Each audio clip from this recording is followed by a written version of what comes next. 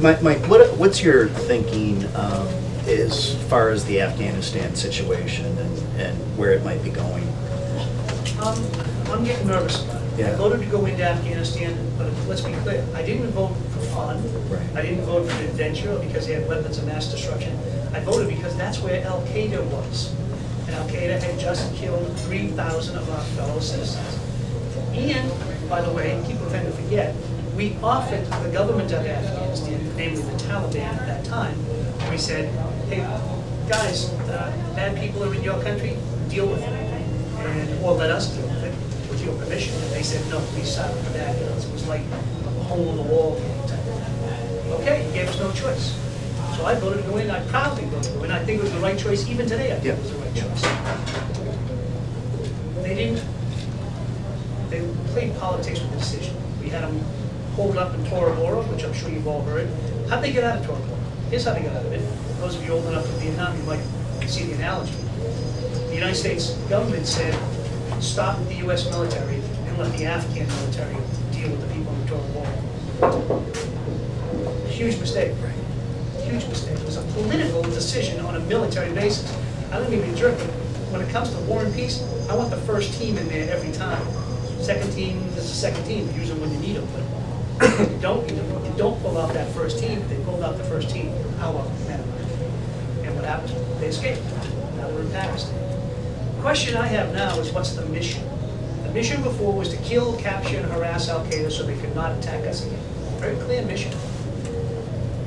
The mission now is a question. First of all, just yesterday or 2 days ago, the latest reports from the U.S. military is there's less than 100 Al-Qaeda in all of Afghanistan. That's not mine, that's their. So they're all in whatever's left. There are not many left, but the ones that are left are in Pakistan. And it's not Al-Qaeda so much now, it's the Taliban. It's like, wait a minute, I know the Taliban are bad people.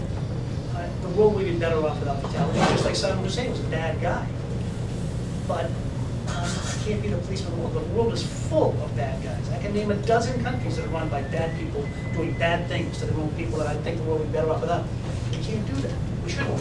I don't think that's not our role. So I didn't go in to take on the Taliban. I wanted to take on Al-Qaeda. And now the question is, what's the mission? And I'm in the situation now.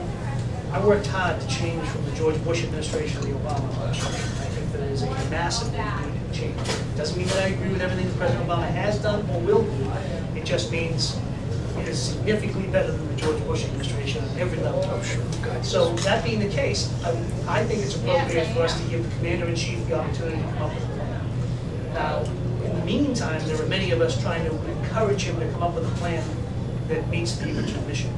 And if the plan he comes back with is simply more troops so we can stabilize Afghanistan, my answer will be no. That wasn't the mission, it's not a mission I support. If it is more troops in order to continue to defeat Al-Qaeda, and this is how and this is why, I will listen. So I have real strong hesitations and doubts as to where we are now and where we go from here. But I'm trying to encourage the President to hear those concerns, not just from me, but from others like me. But I'm also willing to allow him an opportunity to come up with a plan, hopefully that will lead to those questions. We'll see. If it's just more military for the sake of stabilizing the country, I wouldn't support that. Again, it's too far off the original.